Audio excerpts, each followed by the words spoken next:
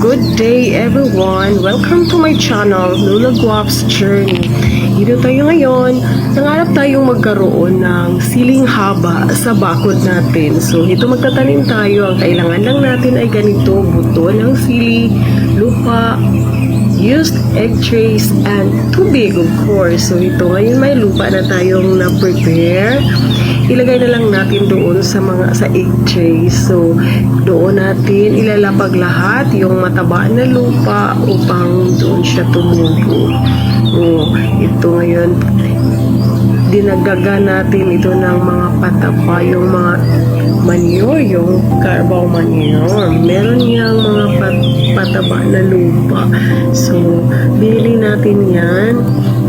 Gawin natin yung para doon natin i-grow yung seeds niya. So, piniprepare natin kanina yung mga seeds upang isa-isahin natin itatanim dyan. So, ano lang to, madali lang tong gawin. Kailangan lang siya ng tiyaga kasi hihintay natin siyang tumubo for how many days. So, ilalatag lang natin siya dyan upang doon nakikita natin for I think after a week ipapakita ko sa inyo ulit yung tumubo na itong mga seeds, yung mga buto na ilalagay natin. So, yun lang. Dito na ang mga buto, ito na mga kapatid. So, ito ang buto na piniprepare natin kanina, yung buto ng siling haba. So, ilalagay natin doon sa compartment ng egg trays para pag tumubo siya doon, isa-isa siyang tumubo per compartment. So, pwede natin silang i-separate. Easy lang nating i-separate dun. Pwede lang nating i-slice para i-transfer natin doon sa yung permanent niya na lagayan. Kung doon siya tumuho ng malaki. Pag doon siya lumaki. So, after a week, guys, titingnan natin to.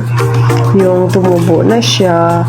Pwede, na lang natin, i-water na lang natin siya everyday. Expose natin siya sa sunlight doon sa labas. So, parang ilang puno yata ang tumubo nito. Good thing if tumubo ito lahat. Kaso lang, parang hindi lahat ito tumubo.